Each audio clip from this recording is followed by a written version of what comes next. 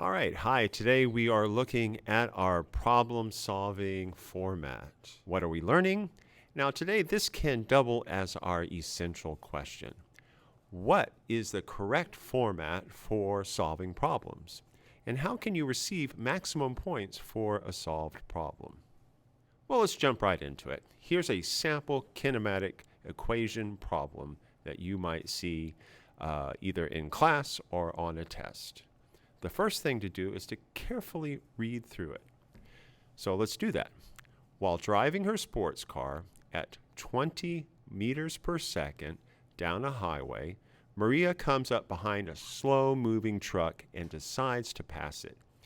If she can accelerate at 5 meters per second squared, how long will it take to reach a speed of 30 meters per second? Now, when you read the problem at this point, you might just think, I have no idea. Well, I'm going to show you the format and the steps to take to get yourself through the problem. The very first step is to draw a sketch with all of the variables. Here's her car. We can represent all objects with as a dot. Here's a car. We're going to draw the velocity vector. This is an initial velocity. This is at time equals 0 seconds. Then at some later time, we can call this the initial time, and then the final time being t. It's what we're going to be looking for. Her velocity is more. It is, 30 meters per second. But we don't need to write that down yet. We just need to get a picture of this. She has a positive acceleration, and there's our sketch. Our next step is to write down everything we know. Carefully reading through the question, we see that she has an initial velocity equaling 20.0 meters per second.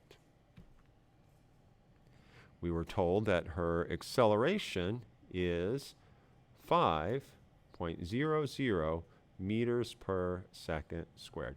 Now, notice what I'm doing. I'm carefully writing down all the quantities with their units.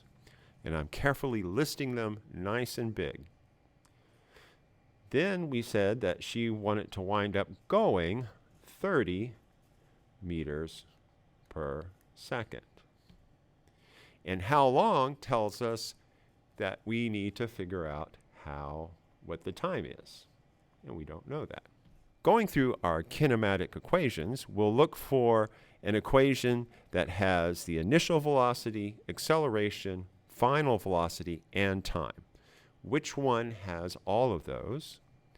Well, that is this one. The final velocity is the initial velocity plus acceleration times time. Now we need to solve our equation for what we're looking for, if it's not already. In this case, it is not. We are looking for time. So we want to get t by itself on one side of the equation. Right now, we have initial velocity and acceleration on the same side, and we want to get them over to this other side. The easiest one is to get rid of the initial velocity. We can subtract that from both sides.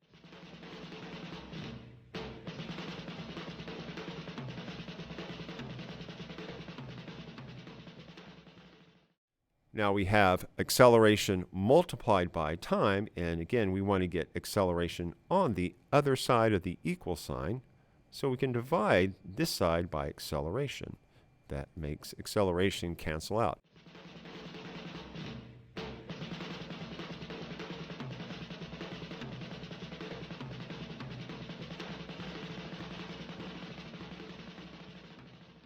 Now, all we have to do is do what we call plug and chug. We're just going to plug in the quantities that we know, run it through our calculator, and get our final answer.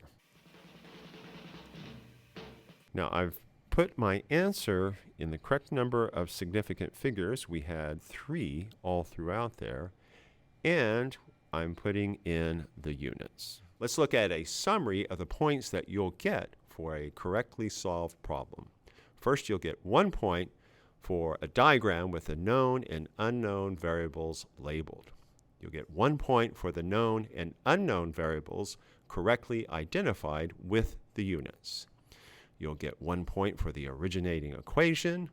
You'll get 1 point for the algebra shown solving for the unknown. Now, sometimes, a lot of times actually, this will be a free point because the equation will already be solved for the unknown. You'll get 1 point for plugging in the correct quantities with the variables, and then 1 point with the answer correctly rounded and the correct units, for total points of 6.